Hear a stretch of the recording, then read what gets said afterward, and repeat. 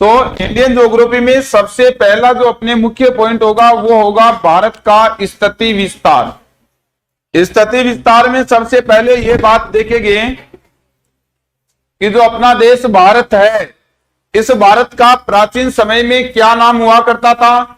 मतलब नामकरण किसी भी विशेषताओं को लेकर सबसे पहला बिंदु हुआ करता है। तो भारत के भूगोल में यदि बात करें तो सबसे पहला बिंदु रहेगा भारत का स्थिति विस्तार, और स्थिति विस्तार में एक नंबर पर रहेगा भारत का नामकरण। और नामकरण में भी यदि बात करें मुख्य रूप से, तो ध्यान देना, बहुत अच्छा क्वेश्चन बनता है, कई बार एग्जाम में यहीं से क्वेश्चन पूछा गया है। आप स्थिति विस्तार में लंबाई चौड़ाई ये पढ़ते रह जाओगे, यहां से नॉर्मल टाइप का क्वेश्चन उठाएगा। तो नामकरण में याद रखना, अपना जो भारत है इसको भारत क्यों कहा गया, या हिंदुस्तान क्यों कहा है, या इंडिया नाम क्यों दिया गया है, इन सभी प्रकार के नामों को लेकर बात करेगी। या भारत को जम्बू द्वीप कहा गया तो क्यों कहा, किसकी वजह से कहा गया है। कोई ईवीएस का स्टूडेंट तो नहीं है ना रीट लेवल टेस्ट का। तो ध्यान देना, अपने पास में एक नंबर पॉइंट रहेगा भारत का स्थिति विस्तार।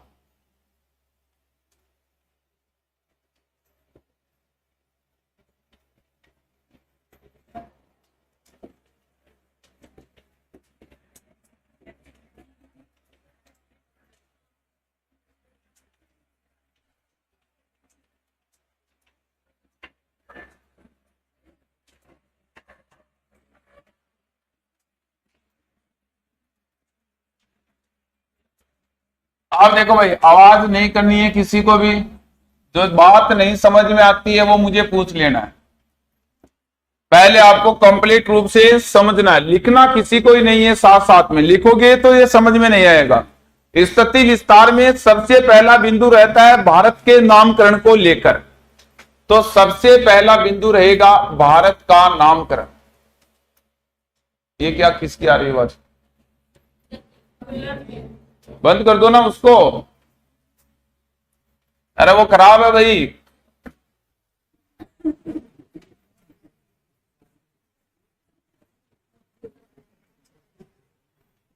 भारत का नामकरण,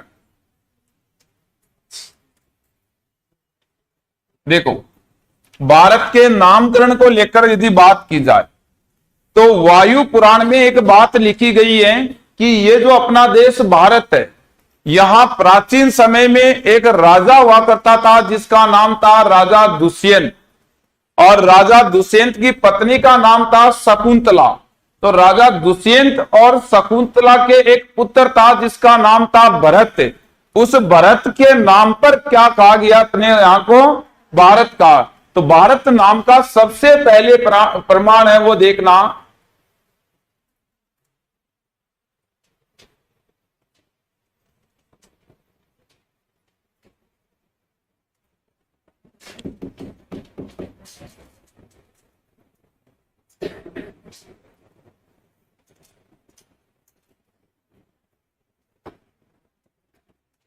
सर्वप्रथम प्रमाण वायु पुराण में राजा दुष्यंत व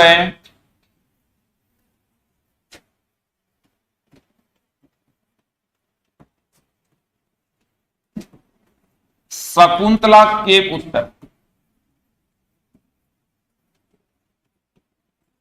भरत नाम पर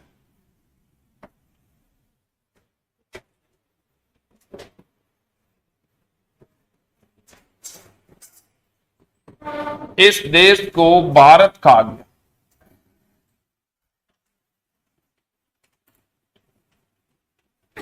याद रखना, आज अपने पास में जो अपना देश है भारत, इसको लेकर यदि बात करें तो प्राचीन समय में इसे जम्बू द्वीप कहा जाता था।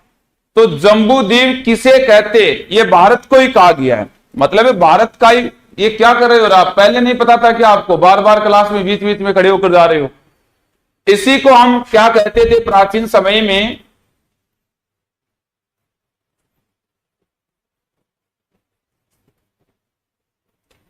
प्राचीन समय में भारत को जम्बूद्वीप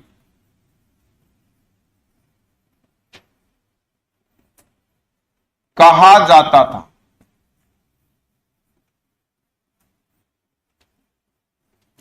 नेक्स्ट याद रखना है, यदि बात करें अरब देश के नागरिक या फ्रांस के नागरिक, तो अरब देश व फ्रांस के नागरिकों ने या अरबी भाषा में अपना जो भारत है इसको हिंदुस्तान कहा गया। दोबारा समझ रहे हैं इस बात को, अरब व फ्रांसीसी लोगों के द्वारा भारत को क्या कहा गया?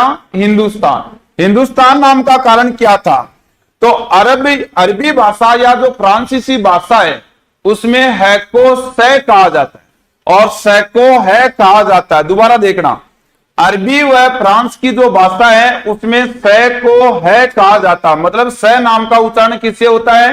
है से। तो अपने यहां एक नदी बहती थी सिंधु नाम की, तो सिंधु नाम की नदी को सिंधु नहीं कहकर उसने क्या कहा? हिंदू। और उसके आस पास रहने वाले लोगों को हिंदू कह दिया तथा उस स्थान को हिंदुस्तान कह दिया। तो याद रखना,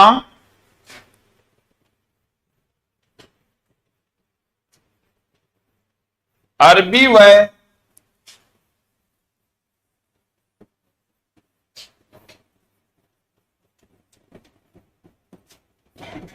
पारसी लोगों के द्वारा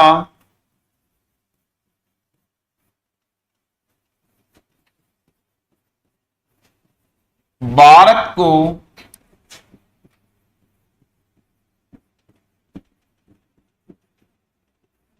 हिंदुस्तान कहा गया। इसका कारण क्या रहा? तो समझना, अरबी भाषा में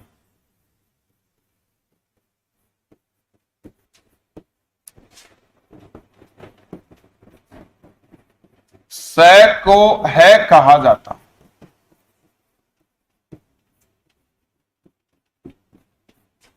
इसीलिए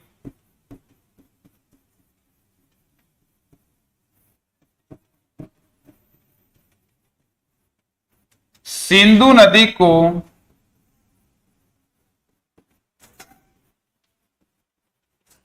हिंद नदी कहा है।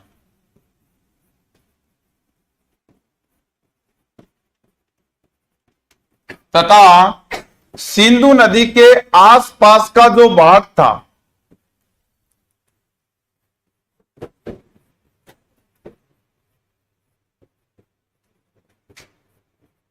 सिंधु नदी के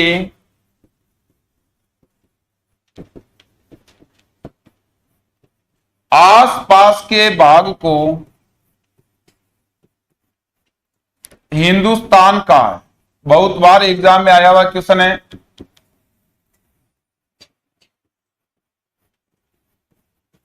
अब आप ये सोचोगे कि ये तो एकदम नॉर्मल क्वेश्चन है, एग्जाम में आएगा तो बता देंगे, लेकिन इसका वास्तविकता में ऑप्शन देखोगे आप तो बहुत ही अच्छे लेवल पर कंफ्यूज कर देगा। ये कैसे करेगा देखना, भारत को हिंदुस्तान कहा गया, एक नंबर ऑप्शन में मिलेगा फारसी, 2 नंबर में मिलेगा अरबी, 3 नंबर में मिलेगा अरबी व फारसी, 4 नंबर में मिलेगा रोमन वासी या यूनानी। तो रोमन और यूनानियों ने भारत को इंडिया कहा है। दोबारा देखना, अरबी और फारसियों ने तो क्या कहा है? भारत को हिंदुस्तान। और रोमन निवासी या यूनानियों ने भारत को क्या कहा है? इंडिया कहा है। तो इंडिया नाम को लेकर एक बार एग्जाम में क्वेश्चन पूछा गया था कि इंडिया नाम की उत्पत्ति किस भाषा से हुई है या इसका मतलब क्या है? तो इसका मतलब समझना,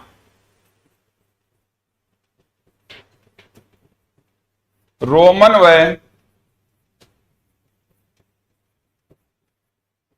यूनानियों ने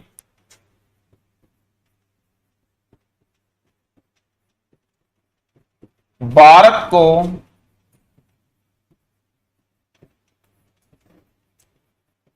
इंडिया कहा है। पहली बात तो यह समझना। अब इंडिया कहा क्यों, इसका मतलब क्या है? मतलब ये इंडिया नाम दिया तो क्यों दिया गया अपने देश को? तो अपने पास में जो सिंधु नदी थी इसको इन लोगों ने इंडस नदी कहा है। दोबारा देखना, मतलब इन लोगों ने तो इसको सिंधु को हिंदू कहकर नाम बना लिया और रोमन और यूनानियों ने सिंधु नदी को इंडस नदी कहा। और इंडस नदी के पास रहने वाला जो या पास पास का जो स्थान था उसको क्या कह दिया, इंडिया कह दिया। तो याद रखना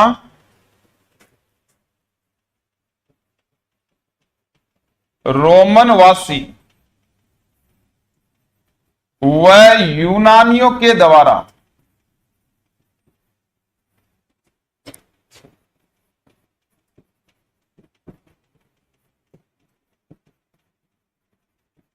सिंधु नदी को इंडस नदी कहा गया।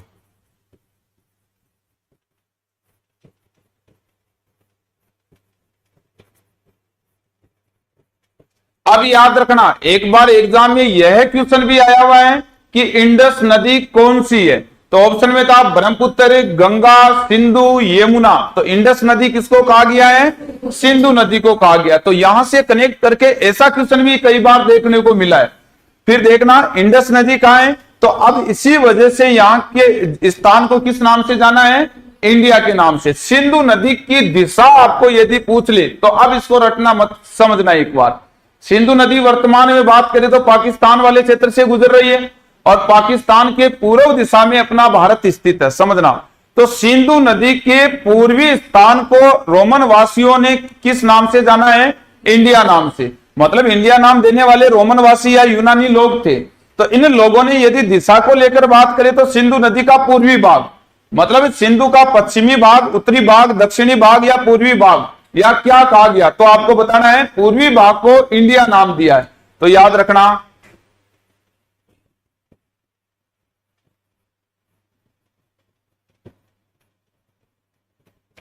सिंधु नदी के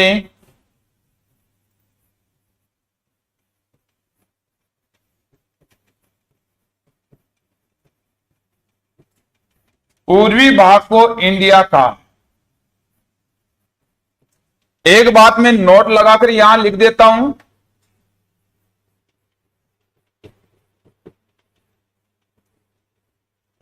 अब आप ज्यादा याद रखो तो ठीक है, नहीं तो यहां से इंडिया नाम को बहुत ही अच्छे लेवल में याद रखना। कारण क्या है, कारण एक तो ये रहा कि वर्तमान सरकार के द्वारा भारत का ये इंडिया नाम है वो बंद कर दिया, मतलब समाप्त कर दिया, हटा दिया है। ये कह दिया कि भारत को अब इंडिया नहीं कहा जाएगा। तो इंडिया नाम है वो वर्तमान में राजस्थान, पूरे भारत में सुर्खियों में रहा है। इसकी वजह से या तो पूछ सकता है कि ये नाम दिया किसने, या ये नाम किस वजह से दिया गया है, या इस नाम को लेकर बात करें तो ये मूल रूप से कहां का नाम रहा है। तो इंडिया नाम है, ध्यान देना, इसका जो मूल शब्द है वो इंडोई शब्द है।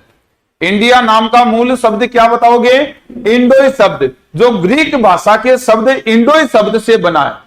मतलब इंडिया ग्रीक भाषा के इंडोई शब्द से बना है, यह भी आपको याद रखना है।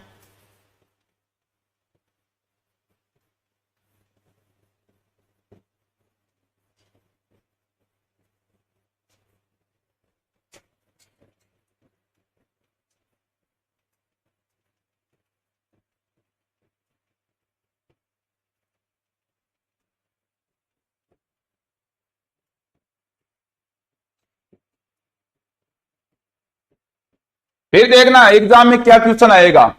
इंडिया शब्द का मूल शब्द है, मतलब इंडिया शब्द का मूल शब्द क्या है, तो ऑप्शन में मिलेगा इंडस। इंडस नहीं है, याद रखना। इंडस की वजह से तो भारत को इंडिया जरूर कहा गया है, मतलब इंडस का मतलब सिंधु नदी को इंडस नदी कहा गया है, उसकी वजह से तो भारत को इंडिया कहा है। लेकिन मूल शब्द है वो क्या है, इंडोई शब्द है। इंडोई शब्द से इंडिया बना, और इन रोमनवासी या यूनानियों ने अपनी जो सिंधु नदी है उसको इंडस नदी का, और सिंधु नदी के पूर्वी भाग को इन लोगों ने इंडिया का है, जो आज वर्तमान में अपनी सरकार इसको नहीं मान रही है। दोबारा देखना, नेक्स्ट है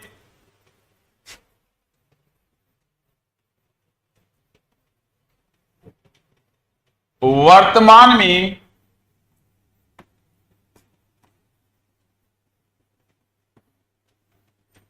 संयुक्त राष्ट्र संघ में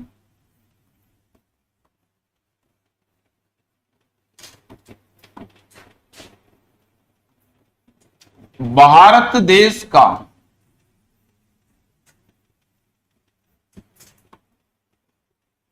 पंजीकरण।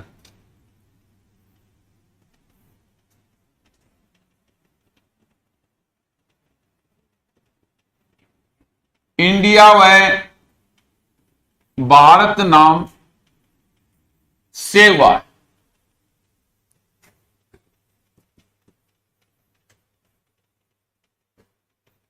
तो यूएनओ में भारत के लिए क्या नाम दिया गया है? ऐसा नाम पूछ ले तो क्या बताओगे? इंडिया और भारत। फिर आप सोचोगे कि इंडिया को हटा दिया। हटा दिया तो अपनी सरकार ने हटाया है, न कि यूएनओ में हटा दिया गया। ध्यान देना इसको। तो यूएनओ संयुक्त राष्ट्र संघ में भारत जो नाम है, अपना जो देश है, इस देश का नाम किस नाम से रहा है? इंडिया और भारत रहा है। नेक्स्ट देखना, भारतीय संविधान में यदि बात करें,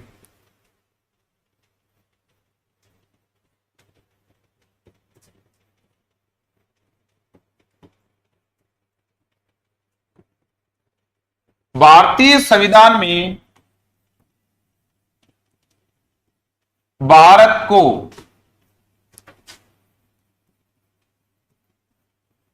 भारत व इंडिया का है। अब आप यहां से ध्यान देना, जैसे संविधान में 1 नंबर की अनुसूची या 1 नंबर का भाग या 1 नंबर का अनुच्छेद, उसमें पढ़ने को आपको मिलेगा भारतीय इंडिया है, मिल रहा है ना? इसका मतलब क्या नाम मिल रहा है संविधान में? भारत और इंडिया। अब देखना, संविधान में नाम है, इसका मतलब वो संवैधानिक रूप से नाम है। दोबारा समझना, संविधान में नाम मिला है, इसका मतलब वो किस रूप में मिला है? संवैधानिक रूप से। अब आपके पास में ये कह रहा है कि भारत को संवैधानिक रूप से नाम दिया गया है। 1 नंबर ऑप्शन दे रहा है हिंदुस्तान, 2 नंबर ऑप्शन दे रहा है आपके पास में जम्बू द्वीप, 3 नंबर ऑप्शन दे रहा है ब्रह्मवर्त, 4 नंबर दे रहा है इंडिया। तो संवैधानिक रूप से नाम देखना, इंडिया भी है और भारत भी है। मतलब है भारत को हमें प्राचीन समय में यदि देखा जाए, महाभारत कालीन के समय, तो ब्रह्मवर्त के नाम से भी जानते थे। तो भारत का प्राचीन समय का जो नाम है वो ब्रह्मवर्त भी रहा है, यह भी आपको याद रख लेना है। भारत को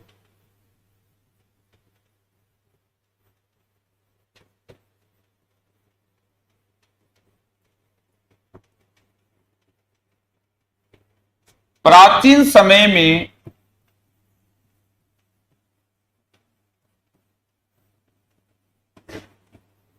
ब्रह्मवर्त कहा जाता था।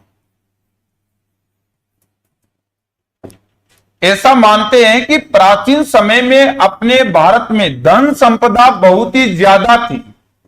ज्यादा धन संपदा होने के कारण इसे सोने की चिड़िया भी कहते थे। तो भारत का ही नाम क्या रखा गया था? सोने की चिड़िया। तो याद रखना। नेक्स्ट हम कह सकते हैं, प्राचीन समय में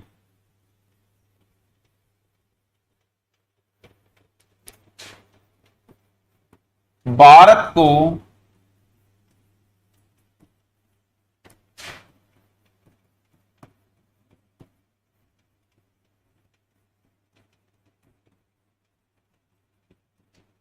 सोने की चिड़िया की संज्ञा दी गई।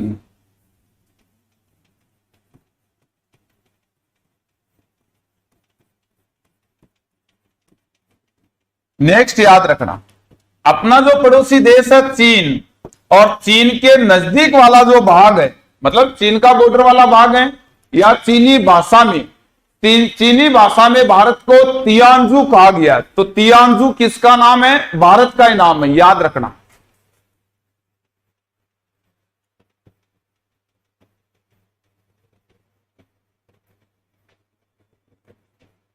चीनी भाषा में भारत को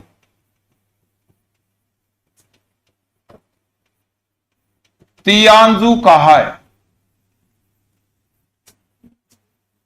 तियानजू का है। फिर नेक्स्ट समझना, अब वर्तमान में यदि आज बात करें तो हम भारत को भारतीय उपमहाद्वीप कहते हैं। आज भारत को क्या कहते हैं? भारतीय उपमहाद्वीप। तो इसको समझना कि भारतीय उपमहाद्वीप क्यों कहते हैं। तो भारत का एक विशाल आकार होने के कारण आज भारत को, देखो महाद्वीप तो क्या होता है? बहुत ही बड़ा होता है, मतलब जिसमें बहुत सारे देश होते हैं, वो तो एक महाद्वीप हो गया। लेकिन ये महाद्वीप से जो छोटा भाग होता है उसको क्या कहते हैं, उपमहाद्वीप। तो इसको लेकर बात करें तो भारत का आकार बहुत ही ज्यादा विशाल है। आकार की विशालता के कारण भारत को क्या कहा जाता है, भारतीय उपमहाद्वीप। अब समझना,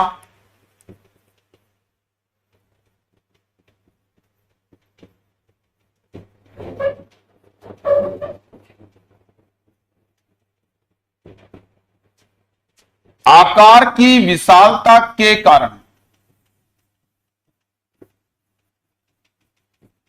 भारत को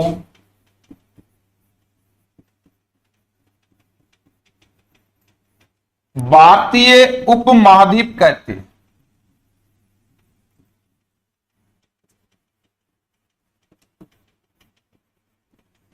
तीसरी बात, यहां से बहुत ही अच्छा क्वेश्चन आता है भारतीय उपमहाद्वीप को लेकर।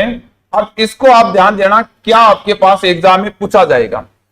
भारतीय उपमहाद्वीप का मतलब केवल और केवल अपना भारत ही नहीं है। भारतीय उपमहाद्वीप में कुल 6 देश शामिल होते। तो अब यहां से आपके पास में क्वेश्चन यह आएगा कि निम्न में से भारतीय उपमहाद्वीप में कौन सा देश शामिल है या कौन सा नहीं शामिल है। तो पहले तो यह देखना कि भारतीय उपमहाद्वीप है क्या।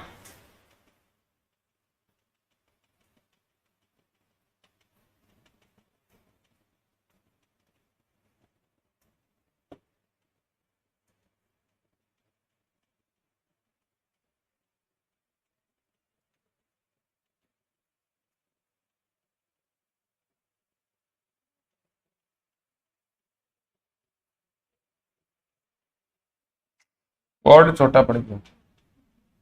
देखो, यह अपना देश है भारत। अब भारतीय उपमहाद्वीप का मतलब क्या, यह समझना। भारतीय उपमहाद्वीप में एक तो अपना देश भारत आएगा, एक इसके पास का ये पड़ोसी भाग आएगा। कौन आएगा, पाकिस्तान भी आएगा। एक इसके पास में नेपाल और भूटान दोनों और आएंगे। नेपाल और भूटान दोनों के दोनों आएंगे। मतलब एक तो भारत है, एक आपके पास में कौन आएगा, पाकिस्तान। तो भारतीय उपमहाद्वीप में कुल 6 देश है। एक आपके पास में बांग्लादेश आएगा और एक आपके पास में श्रीलंका है।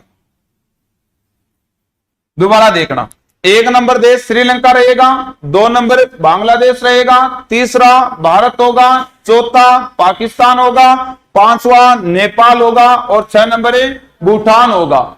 ये 6 देश भारतीय उपमहाद्वीप में शामिल होते हैं। तो भारतीय उपमहाद्वीप को लेकर आपके पास क्वेश्चन बहुत बार एग्जाम में आया हुआ है। या तो ये पूछेगा कि निम्न में से कौन सा देश भारतीय उपमहाद्वीप में नहीं शामिल होता है, या ये पूछेगा कि कौन सा देश शामिल होता है। तो अब है कौन कौन से देश, उसको आप थोड़ा सा ध्यान देना। जैसे बात करें तो ये तो है अपने पास में पाकिस्तान,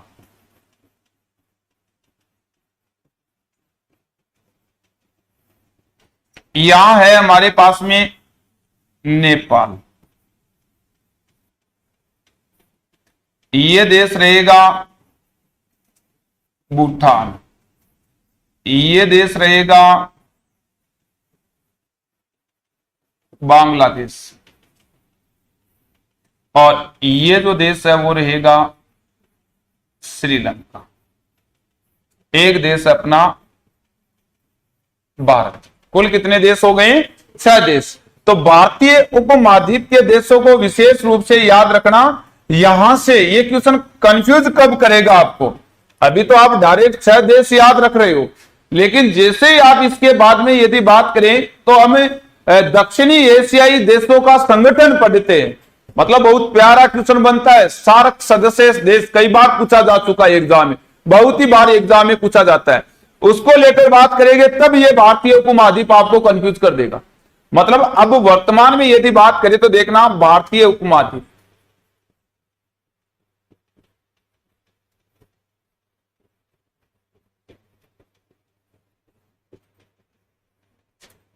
में 6 देश है।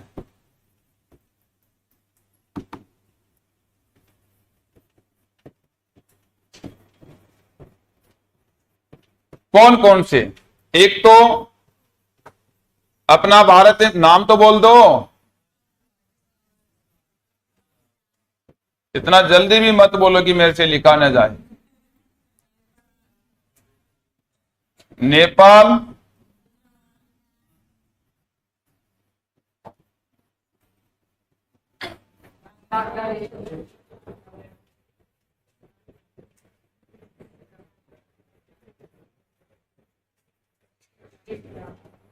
और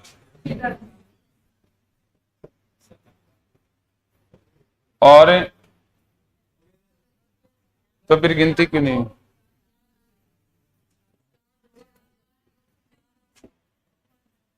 तो आप तो समझ जाओगे ना कि 4 2 बार लिखा है, ये तो 4 सही है।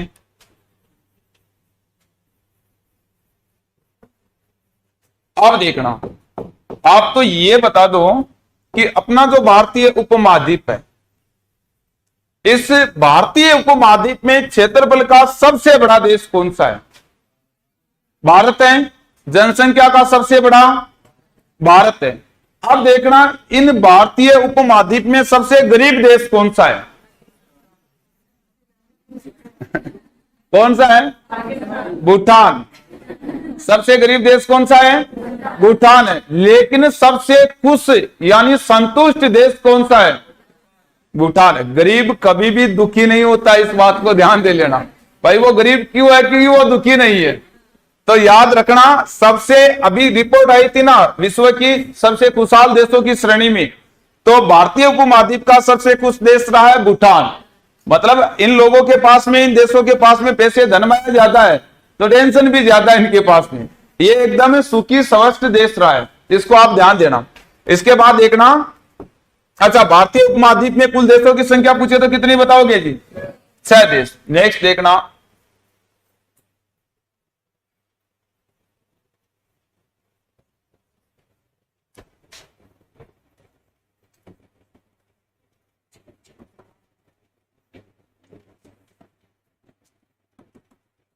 वेरी मोस्ट करके याद रख लेना, बहुत बार एग्जामों में ये क्वेश्चन आया हुआ है।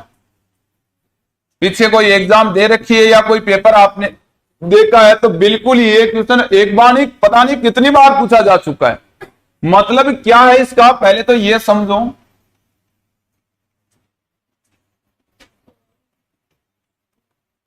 ACL association of regional corporation,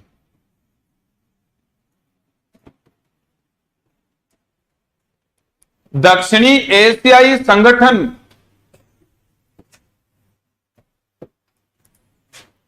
अब इसको लेकर बात करें, आपके पास अभी तक जो इसका क्वेश्चन आया हुआ है उसको ध्यान देना आप लोग। इसके सदस्य देशों को लेकर बात पूछिए।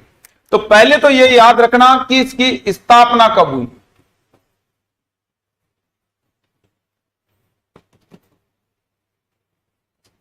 कब हुई है? 1985 में। कहां हुई है?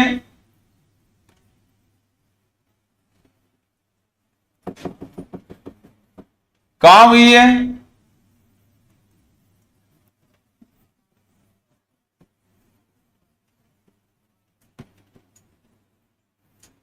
उन्नीस सौ पिचासी में इसकी स्थापना कहां कर दी गई थी? ढाका, बांग्लादेश में।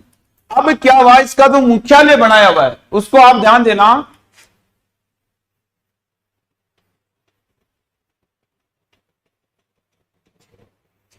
ये बनाया गया था 1987 को।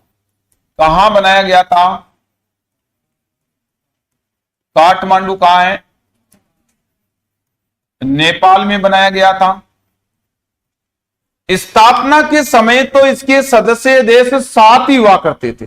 आज वर्तमान में 8 सदस्य देश है। तो इसको लेकर ध्यान देना, क्या पूछा जाएगा?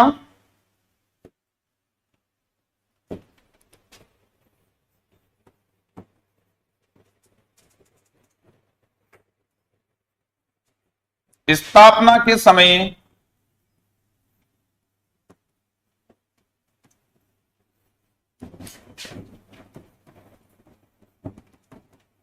सात,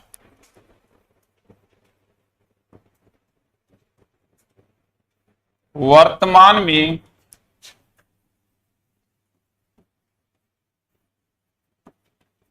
सदस्य देश कितने हैं? 8। अब इसका मतलब 8वां कौन सा देश है, या तो ऐसा पूछा जाएगा, या अभी देखो यहां से क्या क्वेश्चन आएगा, इसको ध्यान देना।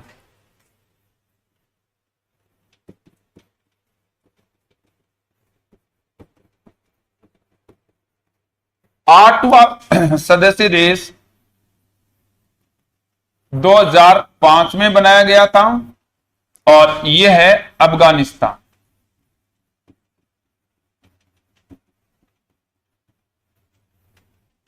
इधर देखो, पहले यहां अफगानिस्तान था क्या? ये क्या थे? भारतीय उपमहाद्वीप। तो भारतीय उपमहाद्वीप के देश तो कितने थे? 6। तो अब आपको यहां से क्या क्वेश्चन पूछा जाएगा, मतलब भारतीय उपमहाद्वीप में सार्क का कौन सा सदस्य देश नहीं है? तो क्या आंसर बन गया? अफगानिस्तान। या फिर आपको यहां से देखो, एक देश और है मालदीव, वो भी मैंने वहां नहीं लिखा है। तो अब इसके 8 सदस्य देश है, कौन से वो देखना। इससे पहले भारत के संदर्भ में इसकी क्या विशेषता बनती है?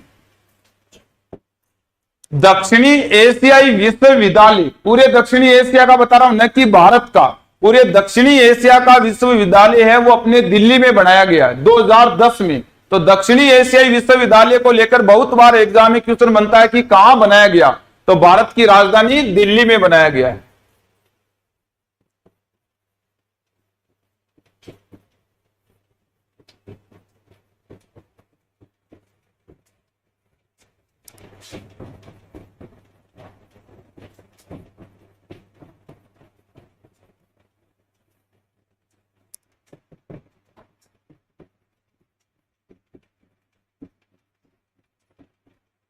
नई दिल्ली में बनाया गया।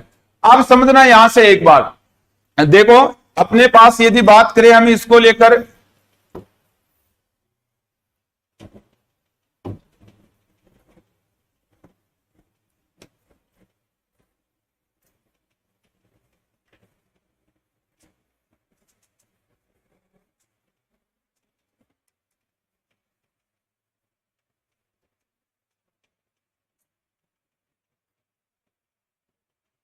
इसको लेकर यदि हम बात करें तो यहां क्या समझना है, देखो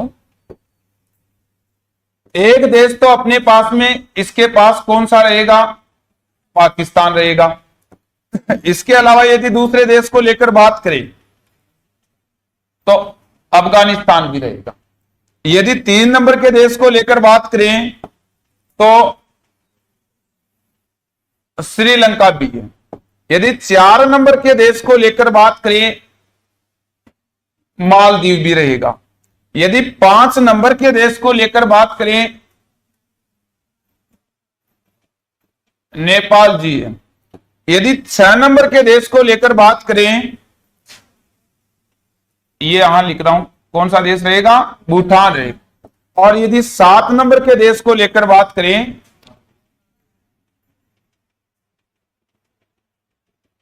और 8वां अपना भारत रहेगा। तो अब इसके सदस्य देश कौन से है, या तो ऐसा क्वेश्चन पूछेगा, या फिर आपको भारतीय उपमहाद्वीप को लेकर क्वेश्चन पूछेगा। तो इसको थोड़ा सा आप विचार विमर्श करना, यहां से बहुत बार एग्जाम में क्वेश्चन देखने को मिला है।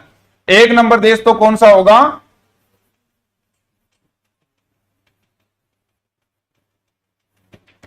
दोबारा कह रहा हूं, इस बात को ध्यान देना, मालदीव सुर्खियों में रहा है कुछ समय पहले, तो इसका क्वेश्चन बनेगा। या अभी आपने कुछ समय पहले श्रीलंका के बारे में सुना होगा, श्रीलंका में जो तेलुगु भाषाई व्यक्ति थे उनको निकाल दिया गया और उनको बोला कि आप तो भारत के निवासी हो, यहां क्या कर रहे हो। इसका मतलब उन लोगों को शरण मिली है दक्षिणी भारत में, तमिलनाडु राज्य वाले क्षेत्र में, इसलिए यह भी सुर्खियों में रहा। तो यह आपको बिल्कुल याद रख लेना है। बांग्लादेश तो अभी भी चल रहा है विवाद में, इसका मतलब है बांग्लादेश को लेकर भी विशेष रूप से याद रखना है।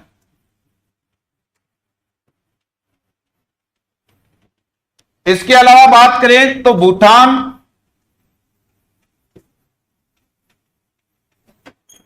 इसके अलावा नेपाल, ये रहेगा अफगानिस्तान,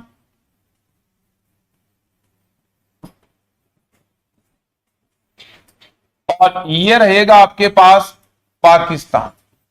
अब ध्यान दे लेना यहां से क्या क्वेश्चन पूछेगा। यदि एग्जाम में ये क्वेश्चन आ गया दक्षिणी एशियाई सदस्य देशों को लेकर, तो इसका क्वेश्चन बार बार एक ही रिपीट हो रहा है, जो मैं अभी बता देता हूं। दक्षिणी एशियाई सदस्य देश संगठन का कौन सा देश सदस्य नहीं है? उसमें ऑप्शन आपके पास एक ही देगा, चीन। तो या तो चीन को रट लेना कि चीन नहीं है। भाई नहीं आ रहा है, यहां पर 8 देश है जो मैंने यहां पर बता दिए, तो इसमें चीन शामिल नहीं है, चीन को लेकर पूछेगा। अब देखना दोबारा मैं आपको ये कह रहा हूं कि मैंने अभी आपको कहा कि एक तो ये क्वेश्चन और एक ये क्वेश्चन इंडियन ज्योग्राफी की, ये मान लो कि जड़ है दोनों की दोनों। या तो उपमहाद्वीप को लेकर पूछा जाता है या आपके पास में इसको लेकर पूछा जाता है। कारण क्या है पूछने का? अपने सबके सब पड़ोसी देश है और पड़ोसी देशों के वजह से हमारे पास में कई बार असमंजस की स्थिति बन जाती है। कई बार जरूरी नहीं है विवाद ही हो, कई बार संधि की स्थिति भी बन जाती है। तो उस स्थिति में वो देश हमारे पास में सुर्खियों में रहता है। तो इनमें से कोई सा भी देश सुर्खियों में है, तो यहां से मेन एग्जामिनर के पास में क्वेश्चन उठाने का जो पॉइंट बनता है वो क्या बनेगा? दक्षिणी एशियाई सदस्य देश, सार्क के सदस्य देश। कई बार ये क्वेश्चन आया हुआ है और आपको यह भी पता है कि इतने सारे सदस्य देश हैं और सबके सब अपने पड़ोसी देश हैं, इनकी वजह से विवाद तो कभी भी होता रहता है। अब वर्तमान में बांग्लादेश सुर्खियों में, तो दक्षिणी एशियाई सदस्य देश में कौन सा देश इसका सदस्य नहीं है? एक नंबर ऑप्शन देगा बांग्लादेश। क्यों देगा? क्योंकि एग्जामिनर को पता है कि लड़के ज्यादातर अभी वर्तमान में बांग्लादेश का नाम सुन रहे हैं, तो वो एक नंबर पर यही रुक जाएगा। इसका मतलब बांग्लादेश देगा, भूटान देगा, नेपाल देगा, चीन देगा। तो वास्तव में तो चीन नहीं है, लेकिन बांग्लादेश आपको नाम टेस्ट में देगा। ऐसा करके कोई सा भी देश विवादित रहता है, कभी ना कभी होता है। कुछ समय पहले मालदीव था और फिर श्रीलंका था, फिर बांग्लादेश है, अब नंबर पाकिस्तान का आएगा, यही सुर्खियों में रहेगा। तो ऐसा करके आपको याद रखना है। इनका ये देश है बहुत बार एग्जाम में पूछे जाते हैं। कौन कौन से देश है बताओ? एक नंबर मालदीव। नाम बोल दो, गूंगे नहीं हो, बस इसी का नाम याद रखो सबसे पहले। नाम लिया तो नाना पड़ेगा, याद रख लेना। अफगानिस्तान।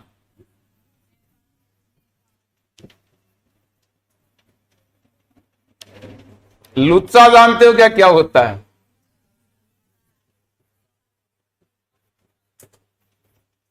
पाकिस्तान मत कहा करो, लुच्चा कहा करो इसको।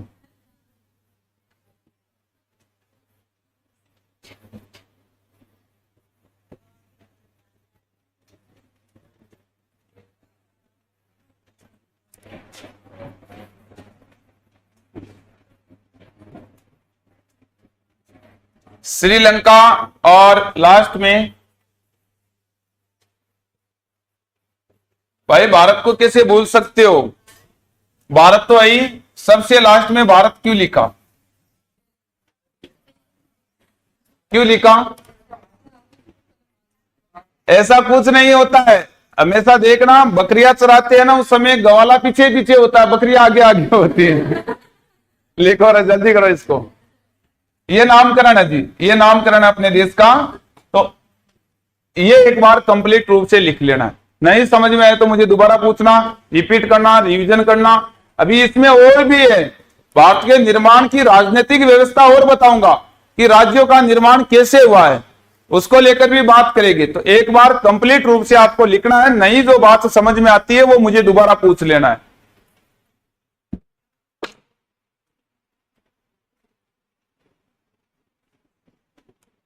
अच्छे नोट्स बनाना, व्यवस्थित बनाना। एक बार बना लोगे परमानेंट काम में आएगी आपके।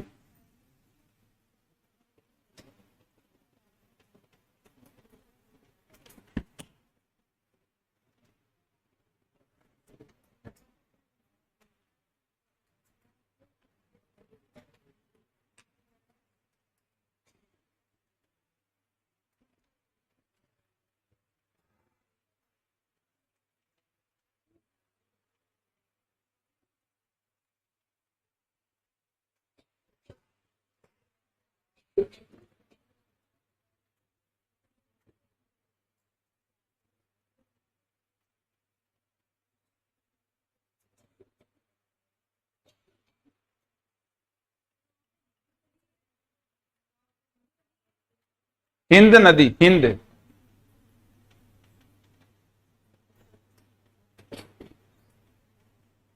नहीं समझ में आए तो पूछना भाई, गलत नहीं लिखना है। अभी दोबारा बता रहा हूं, समय लग जाएगा, व्यवस्थित नोट्स बनाना है, दोबारा कभी इंडियन ज्योग्राफी पढ़ने की जरूरत नहीं रहेगी।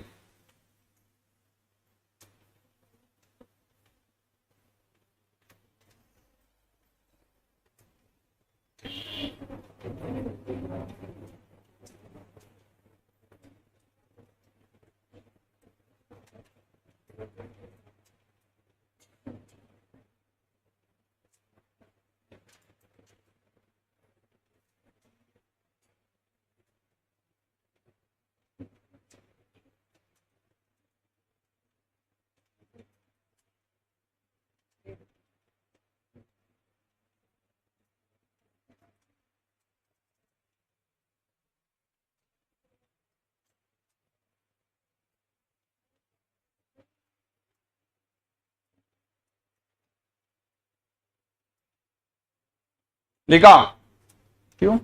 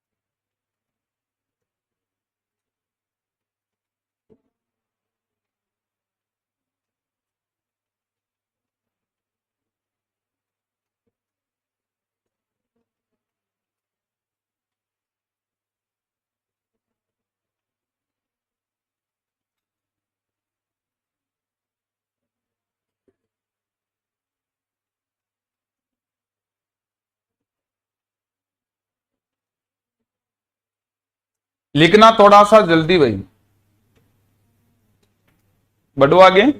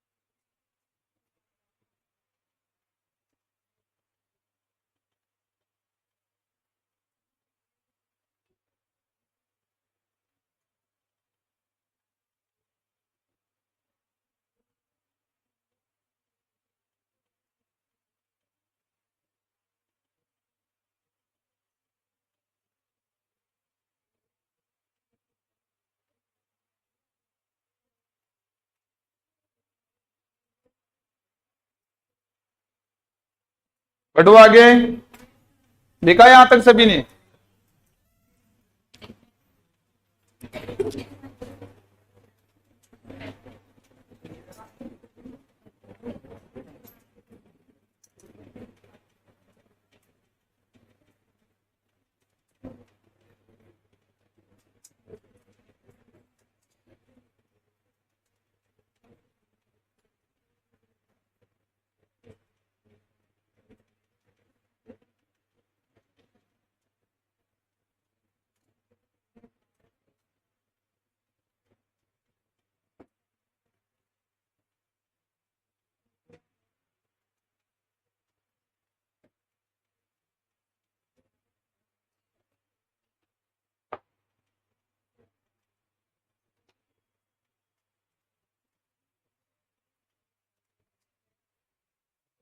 जल्दी लिखो, जल्दी लिखो, जल्दी लिखो, देखते हैं पहले कौन लिखता है।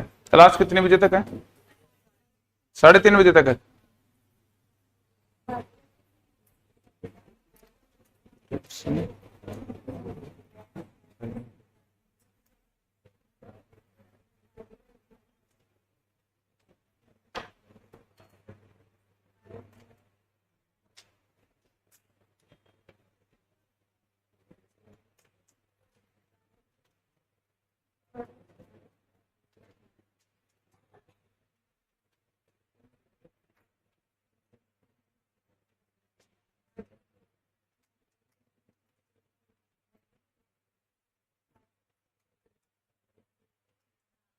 आवाज मत करो जी, लिखो आप ही।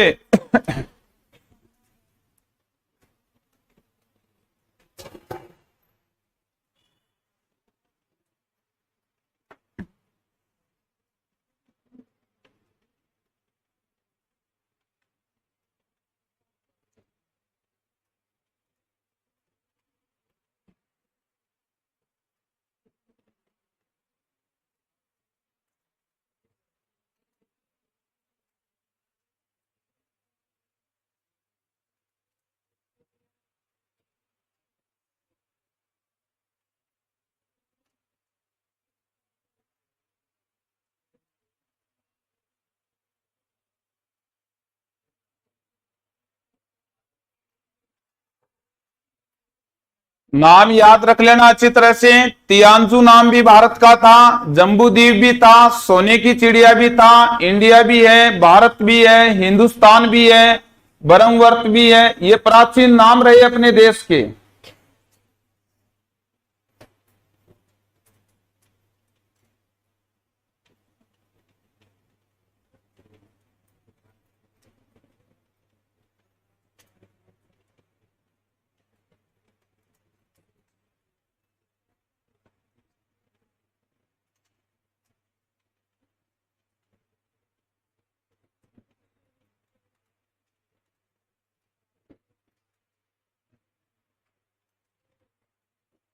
पढ़ो आगे।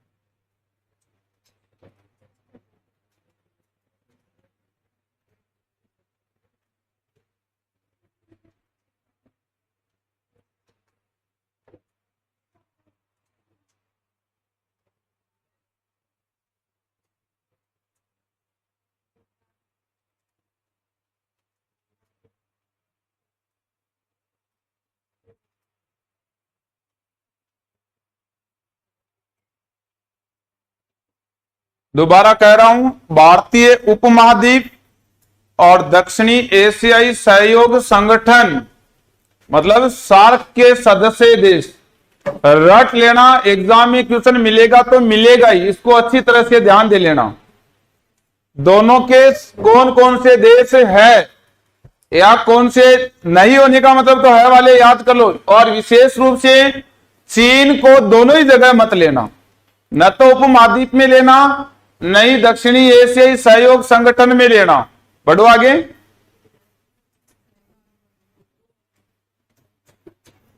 दोनों में ही चीन को शामिल मत करना भाई, नहीं तो क्वेश्चन गलत हो जाएगा।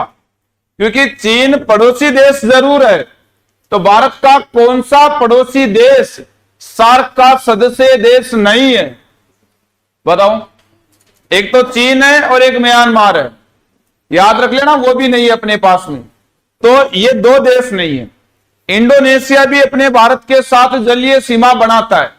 सुमात्रा द्वीप कभी पढ़ा होगा, अपना ग्रेट निकोबार वाला सुमात्रा वाला भाग, तो वो भी इसमें नहीं आता। तो नहीं आने वाले देश है ना पड़ोसी, उसी का नाम आएगा। ज्यादातर चीन और म्यांमार का नाम आता है। कई बार पूछा हुआ है इसका मुख्यालय कहां है या स्थापना कहां हुई है, ऐसा करके।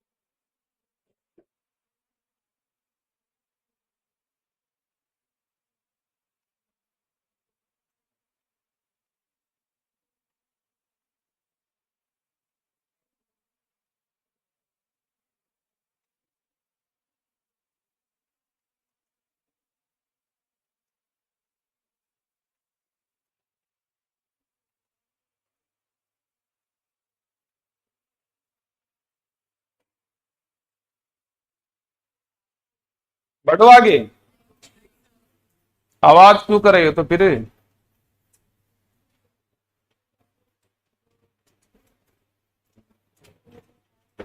ज्यादा नहीं याद रहे तो एक तो स्थापना याद रख लेना कब हुई है इसकी, 2 नंबर इसका मुख्यालय याद रख लेना कहां है। तो 2 बात तो ये याद रखना है, नया अपडेट दक्षिणी एशियाई विश्वविद्यालय कहां है, और नया नवीनतम देश भी करके पूछे तो अफगानिस्तान बताना है। 8 कुल देश है, ये आपको याद रखना है। बढ़ो आगे।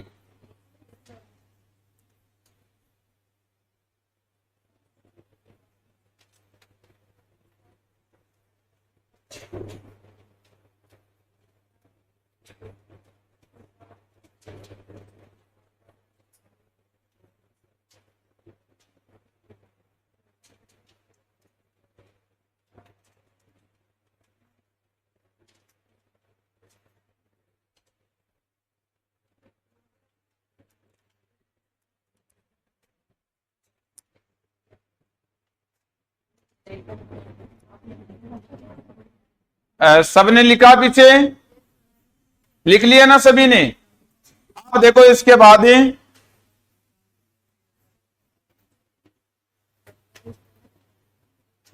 लिख लिया सभी ने? फोटो ले लेना, मैप बनाना चाहो तो बाद में बना लेना, ठीक है। अब देखो इसके बाद थोड़ी सी विशेषता नामकरण से संबंधित है। राज्य की तरफ मैं आगे बढ़ूं तो पहले थोड़ी सी विशेषता एक बार बता देता हूं आपको, है ना, वो भी आपको ध्यान देना। एग्जाम में क्वेश्चन सही होना चाहिए, चाहे किसी भी सब्जेक्ट का हो। मेन टारगेट एग्जाम में अपना क्वेश्चन है सही होना चाहिए। अब देखना यहां से क्या याद रखना है।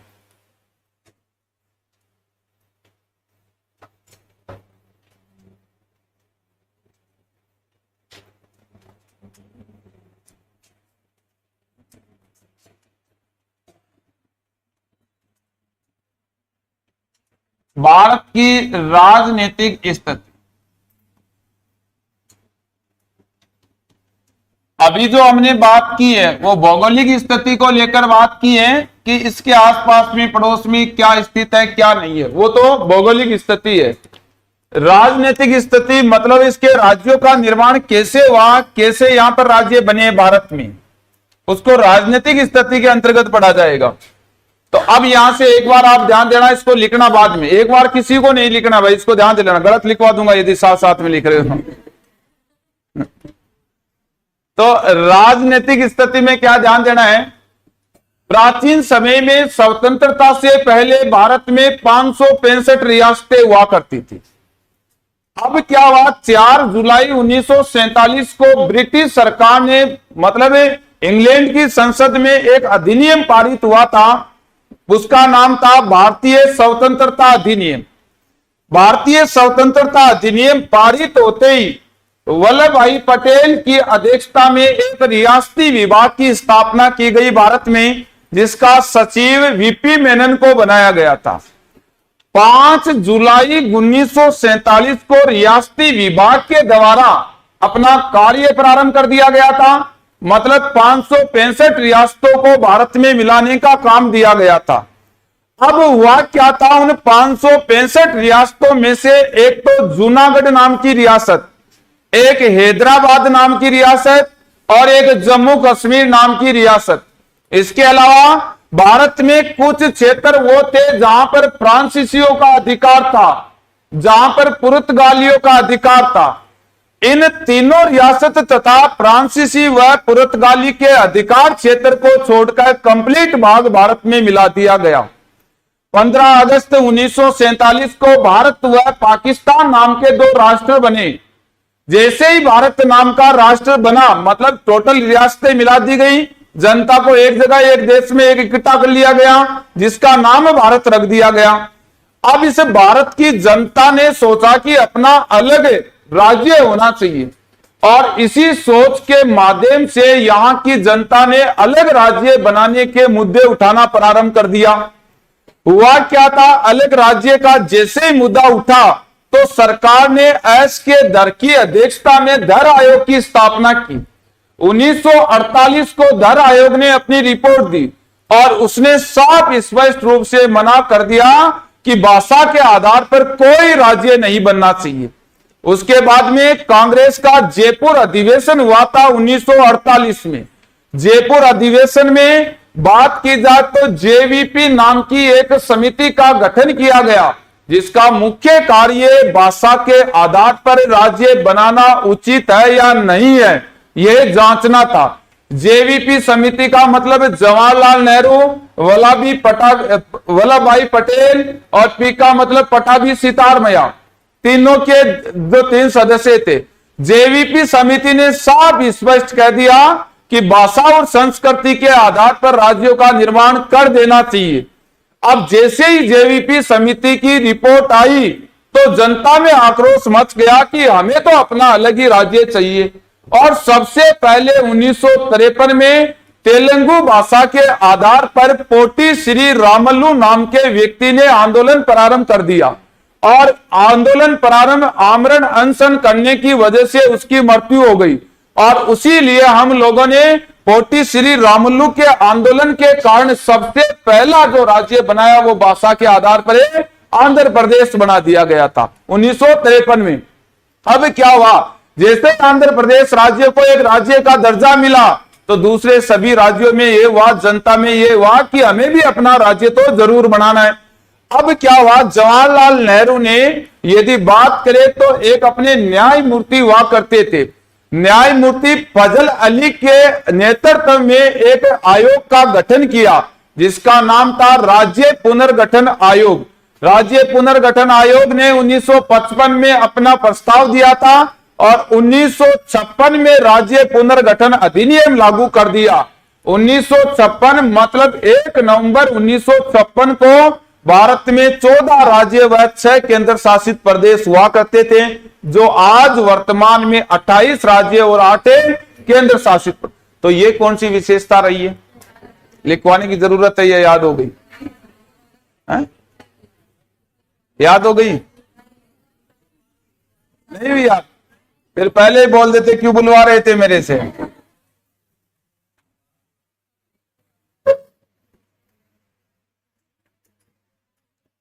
मैं तो बता रहा हूं, ये तो मेरा सब्जेक्ट थोड़ी है, तो पॉलिटी है। देखना, लिखते रहो साथ साथ।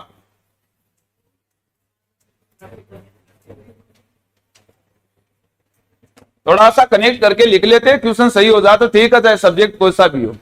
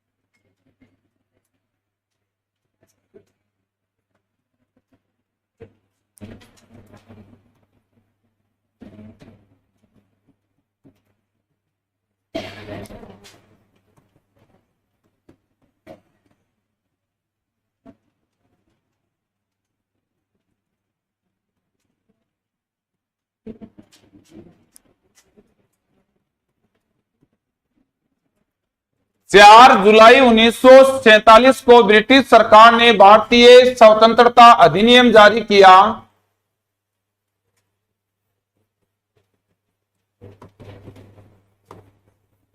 जिसके तहत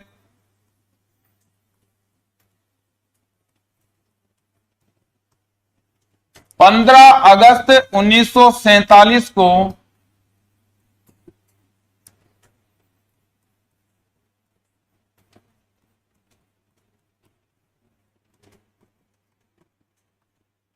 भारत व पाकिस्तान नाम के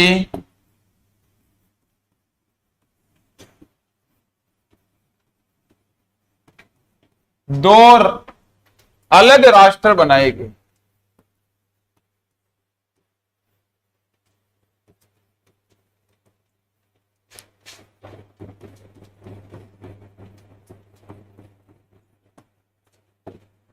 याद रखना, ये बात हमें पहले ही बता दी गई थी कि 15 अगस्त 1947 को दो अलग देश बनेगा। कब बताई गई थी? 4 जुलाई 1947 को। अब जैसे ही ये रिपोर्ट अपने पास आई भारतीय स्वतंत्रता अधिनियम की, तो हम लोग एक्टिव हो चुके थे और 5 जुलाई 1947 को हम लोगों ने रियासती विभाग की स्थापना कर दी। तो याद रखना, मतलब नए राज्य बना, मतलब सभी राज्यों को एक जगह जोड़ना था तो रियासती विभाग तो बनाना पड़ता था। तो इसलिए हम लोगों ने याद रखना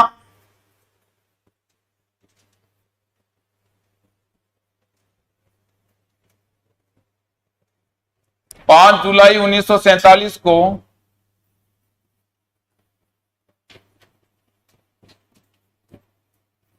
वल्लभ भाई पटेल के नेतृत्व में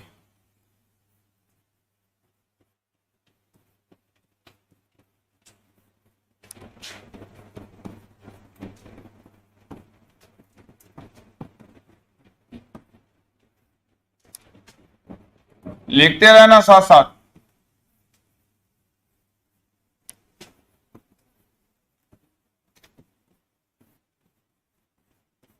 रियासती विभाग की स्थापना की,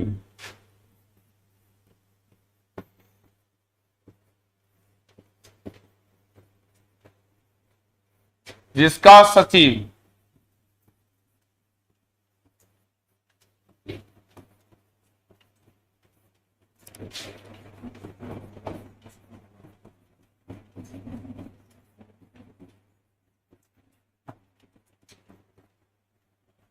वीपी मेनन को बनाया गया था।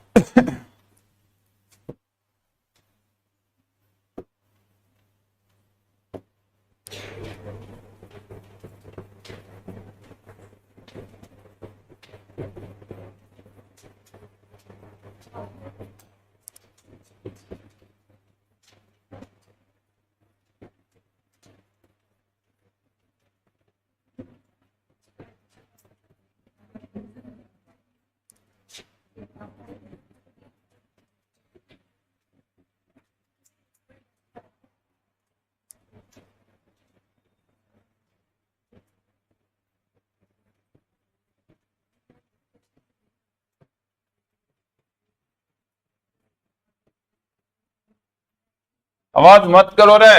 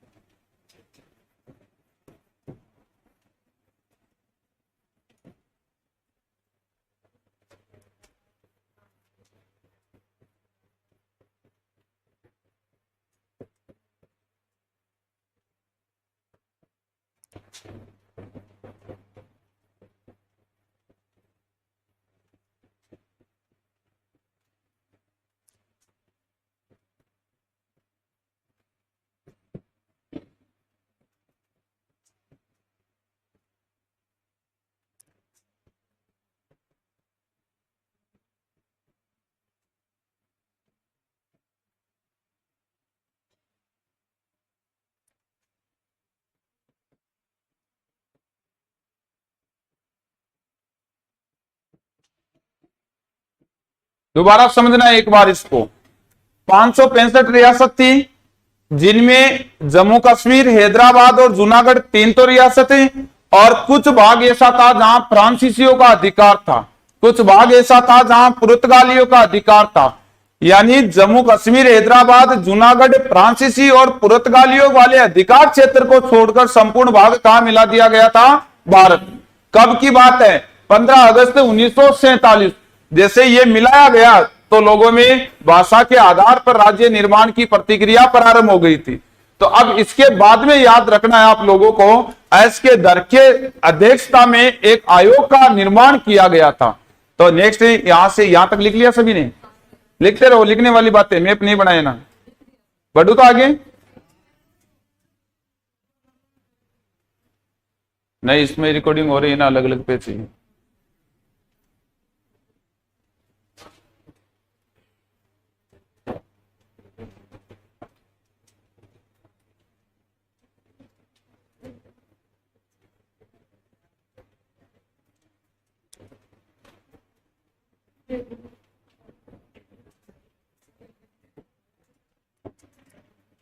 नेक्स्ट देखना,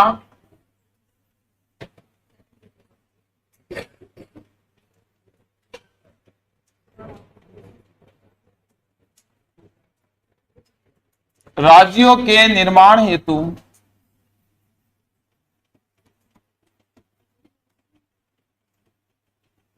डॉक्टर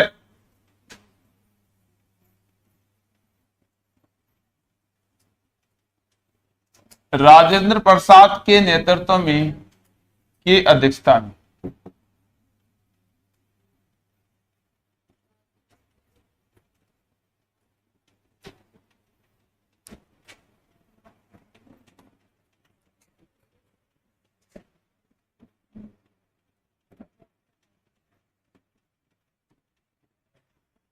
एस के धर के नेतृत्व में दोबारा देखना, नए राज्य बनाने के लिए हमने क्या किया, डॉक्टर राजेंद्र प्रसाद तो अध्यक्ष थे उस समय। डॉक्टर राजेंद्र प्रसाद तो अध्यक्ष ही तो थे संविधान सभा के, तो प्रथम अध्यक्ष तो बनाया गया था डॉक्टर सच्चिदानंद सिन्हा को, जो अस्थायी अध्यक्ष 2 ही दिन के लिए 9 दिसंबर से 11 दिसंबर 1946 तक रहा था। फिर सर्वसम्मति से राजेंद्र प्रसाद को स्थायी अध्यक्ष और अंतिम तक यही रहा था। लास्ट मीटिंग 24 जनवरी 1950 को उस समय राष्ट्रपति बना दिया गया था, तब तक यही रहा था।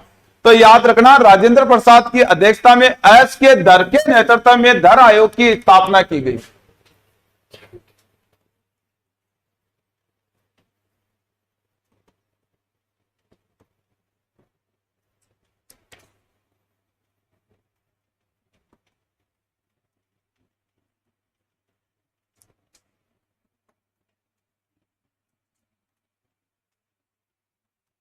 धर आयोग की स्थापना की गई थी।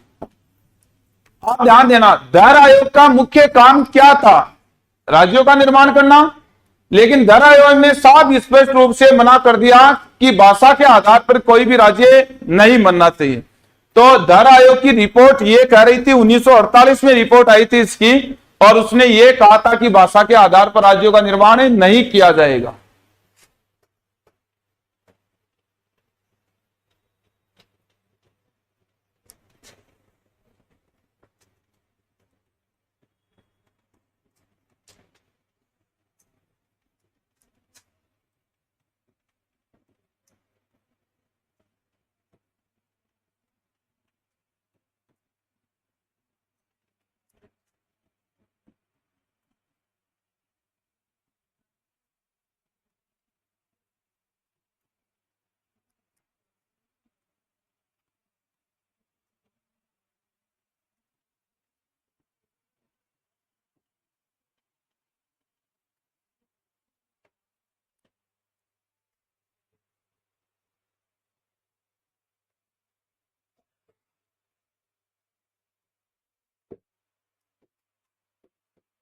इसने साफ मना कर दिया कि भाषा के आधार पर राज्यों का निर्माण नहीं होगा। अब क्या हुआ, हमारे पास में कांग्रेस का एक जयपुर में अधिवेशन हुआ था, वो 1948 को ही हुआ था। अब जैसे इसने मना किया तो उस अधिवेशन में वापस ये मुद्दा उठा कि राज्यों का निर्माण कैसे किया जाए। फिर तो अब क्या हुआ, जैसे वो अधिवेशन हुआ तो उसने जेवीपी नाम की एक समिति का गठन कर दिया, और जेवीपी समिति ने साफ स्पष्ट कह दिया कि भाषा के आधार पर राज्य बना दिया जाए। भाषा और संस्कृति दोनों को ध्यान में रखना चाहिए और राज्य का निर्माण कर दिया जाए, है ना। तो देखना,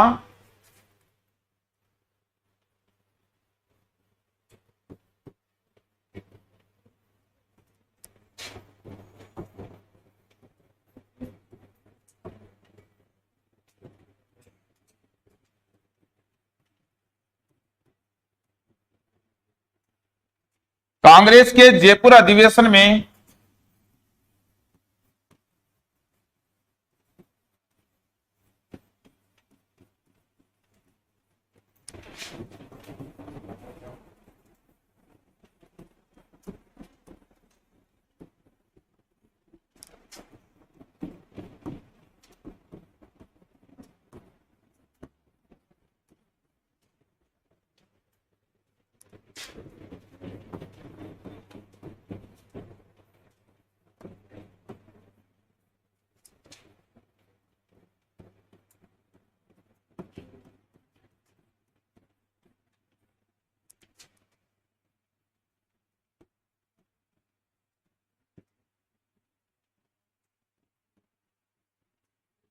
जेवीपी समिति का गठन किया गया। इधर देखना, जेवीपी मतलब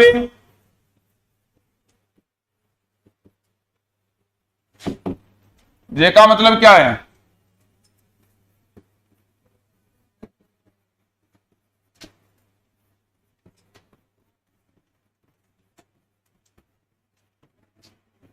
पंडित जवाहरलाल नेहरू। वी का मतलब है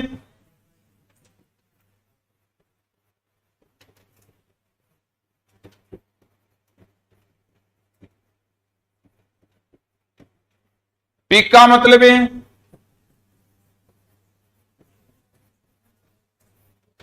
पटाभी सितार मैया।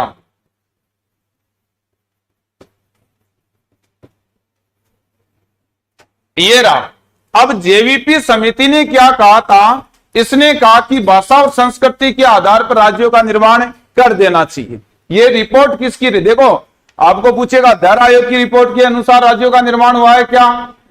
तो भाषा और संस्कृति के आधार पर राज्यों का निर्माण हो जाए, किस समिति का था? जेवीपी समिति। तो इसने क्या कहा? इसने कहा कि भाषा और संस्कृति के आधार पर राज्यों का निर्माण हो जाना चाहिए।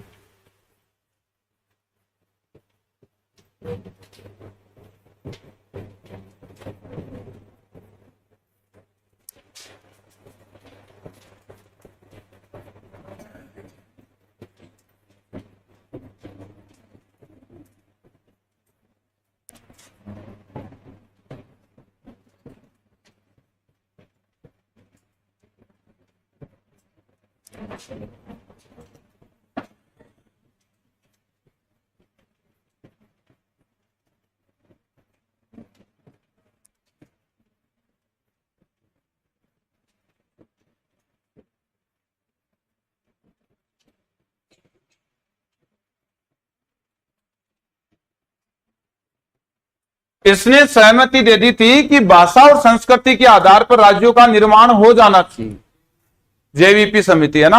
अब हुआ क्या था, इसको ध्यान देना। अब इसने सहमति तो दे दी, लेकिन हुआ क्या, लोगों में एक प्रकार से इस प्रकार से आक्रोश आ गया कि पहले हमारा राज्य बनना चाहिए। ऐसा करने के कारण एक कांग्रेस का नेताजी था, पोटी श्री रामुलु नाम का, आंध्र प्रदेश तेलुगु भाषा का निवासी था। तो उसने विरोध कर दिया। अब तो आंध्र प्रदेश था, पहले कौन सा राज्य था?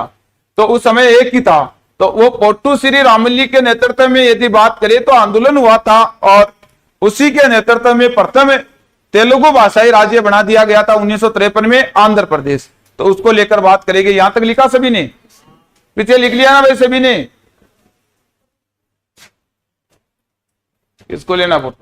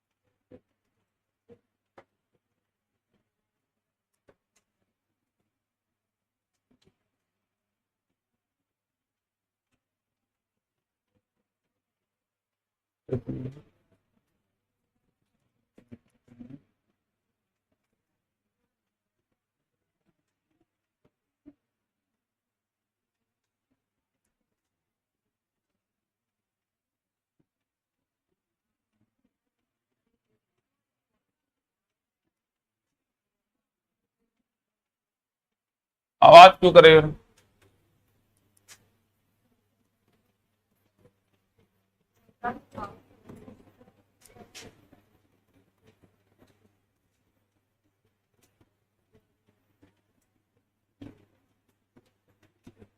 इसके नेतृत्व में एक आंदोलन हुआ था, किस भाषा के आधार पर राज्य बनाने का? तेलुगु भाषा के। तो भारत का प्रथम तेलुगु भाषा के आधार पर राज्य बना दिया गया था 1953 को आंध्र प्रदेश, 10 अक्टूबर 1953, है ना। उस समय जब इसने आंदोलन किया था ना, तो इसकी तो मृत्यु हो गई थी। 56 दिन का अनशन किया था इसने, याद रखना। 56 दिन के अनशन के बाद में रामुलु की मृत्यु हो गई थी। लिखना चाहो तो लिख लेना।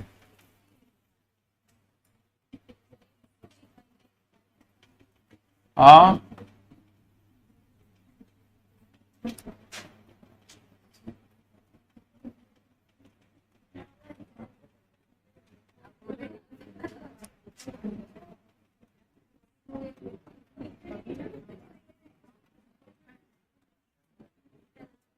क्या हो गया, ओटू श्री रामुलु। तो 56 दिन के अनशन के बाद रामुलु की मृत्यु हो गई थी, और इसीलिए तुरंत प्रभाव से, ताकि जनता आक्रोश में ना आए, उसको रोकने के लिए 10 अक्टूबर 1953 को, या तो आप डायरेक्ट याद रखो कि 1953 को भाषा के आधार पर भारत का प्रथम राज्य आंध्र प्रदेश को बना दिया गया था। तेलुगु भाषा के आधार पर बनाया था, तो आंध्र प्रदेश पहला राज्य बना किस भाषा के आधार पर है?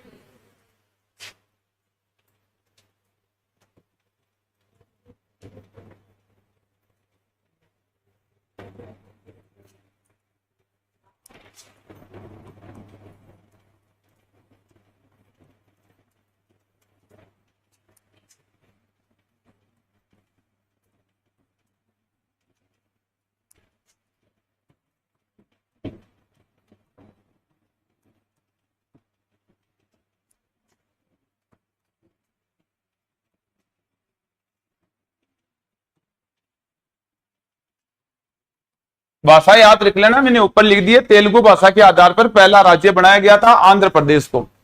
अब क्या हुआ, ध्यान देना। पंडित जवाहरलाल नेहरू के नेतृत्व में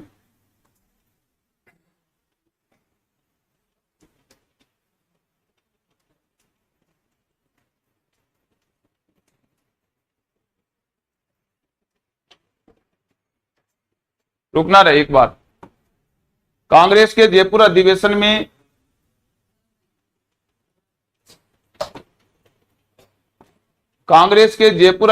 में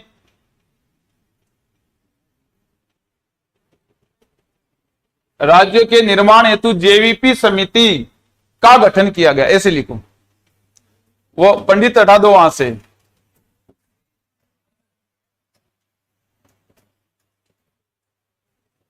बस इतना ही लिखना था।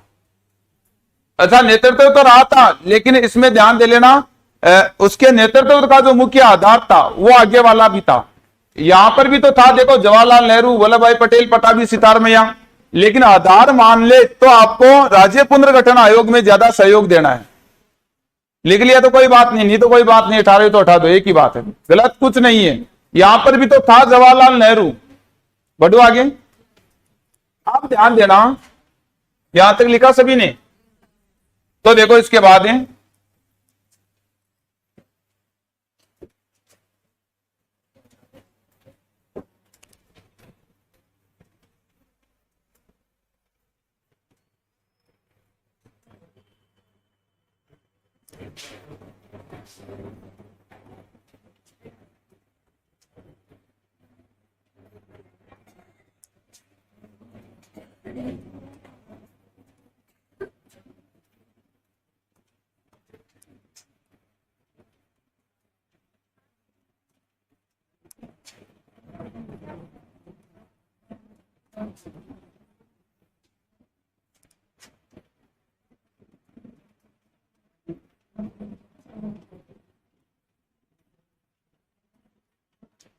पंडित जवाहरलाल नेहरू की अध्यक्षता में 1953 को न्यायमूर्ति फजल अली के नेतृत्व में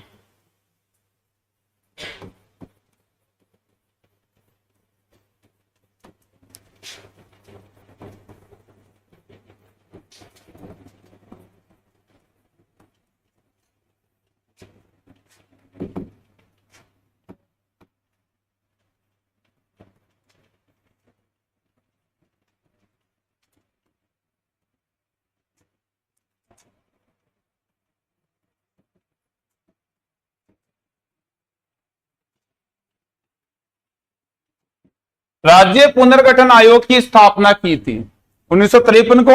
अब इस राज्य पुनर्गठन आयोग का भी काम मुख्य यही था कि हमें राज्य बनाने।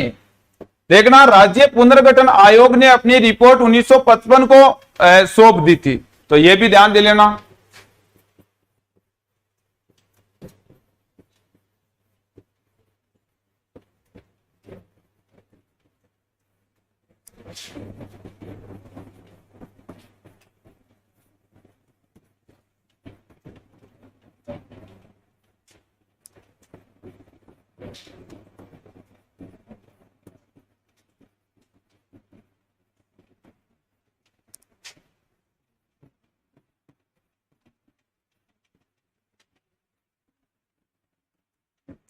और इसके बाद क्या हुआ था,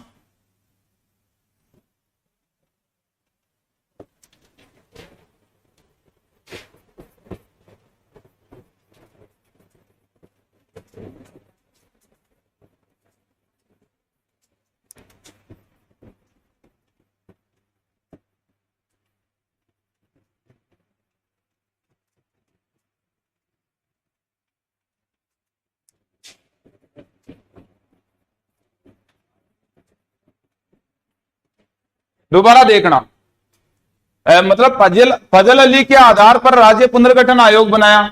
इस आयोग का काम था कि राज्यों का निर्माण करना, और इस आयोग ने जितने भी राज्यों के निर्माण किया उन सब की रिपोर्ट कब दे दी थी, 1955 में। इस रिपोर्ट को मतलब एक अधिनियम बना दिया, अधिनियम का मतलब कानून बना दिया। तो 1956 को राज्य पुनर्गठन अधिनियम लागू हुआ। इस राज्य पुनर्गठन अधिनियम के तहत भारत में 14 राज्य व केंद्र शासित प्रदेश बनाए गए थे। इसके तहत याद रखना,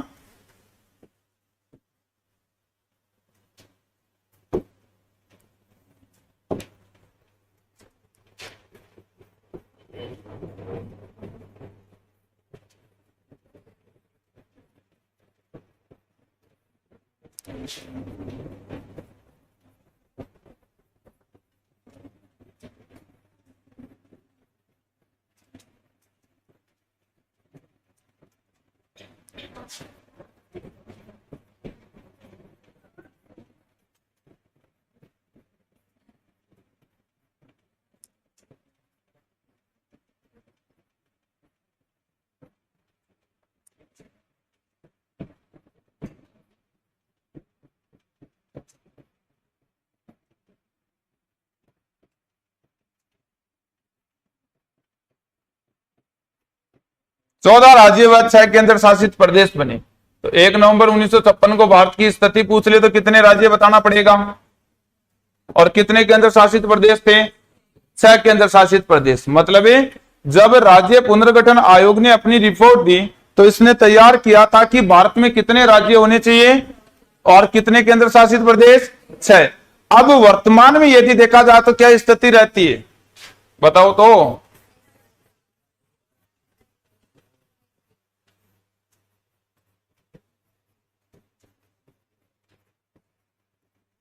कितने राज्य हैं, केंद्र शासित प्रदेश,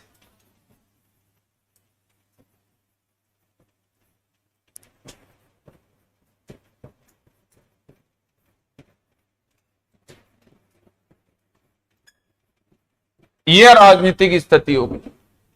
तो भारत में आज 28 राज्य और 8 केंद्र शासित प्रदेश को लेकर हम बात करेंगे। अब इसके बाद में बात होगी इसकी स्थिति को लेकर, फिर विस्तार को लेकर, फिर इसके विवादित पॉइंटों को लेकर, फिर इसके बाद में बात अपने पास में ये स्थिति विस्तार का पॉइंट कंप्लीट होगा। अभी तक इसके नामकरण को लेकर बात हुई है, या फिर भौगोलिक स्थिति को लेकर कि किस भाग को जोड़कर भारतीय उपमहाद्वीप का निर्माण होता है, या फिर सार्क के सदस्य देशों का निर्माण होता है, इन सब को लेकर अपनी बात हुई। राजनीतिक स्थिति में मतलब राज्य कैसे बने, मुख्यतः पॉलिटिक्स का विषय है, लेकिन कैसे बने कैसे नहीं बने, किस आयोग ने क्या रिपोर्ट दी, इनको भी याद रखना। और वेरी मोस्ट लगाकर आपको यह बात याद रख लेनी है, विशेष रूप से ध्यान देना कि भाषा के आधार पर बनने वाला प्रथम भारतीय राज्य कौन सा रहा है, आंध्र प्रदेश रहा है। इसके बाद में तो राज्यों का निर्माण किया गया। 1 नवंबर 1956 को तो हम लोगों ने 14 राज्य और 6 केंद्र शासित प्रदेश बना दिए। अच्छा, जरूरी नहीं है कि वो वर्तमान के राज्य या वर्तमान के केंद्र शासित प्रदेश ही बने थे, इनमें से हमने कुछ फिर हटा दिए, कुछ नए जोड़ दिए। ऐसा करते करते आज वर्तमान तक कितने राज्यों का निर्माण कर लिया, 28, और कितने केंद्र शासित प्रदेश, 8 केंद्र शासित प्रदेश। तो आज अपने पास में ये रिपोर्ट है, उस समय की वो रिपोर्ट हुआ करती थी। तो इसको आप विशेष रूप से ध्यान देना। आज बहुत होगा, इतना टाइम क्या हो गया, बहुत होगा ना, ठीक है। तो ये राजनीतिक और भौगोलिक स्थिति 2 कंप्लीट है। अरे बहुत आज इतना डेमो क्लास इतनी होती है।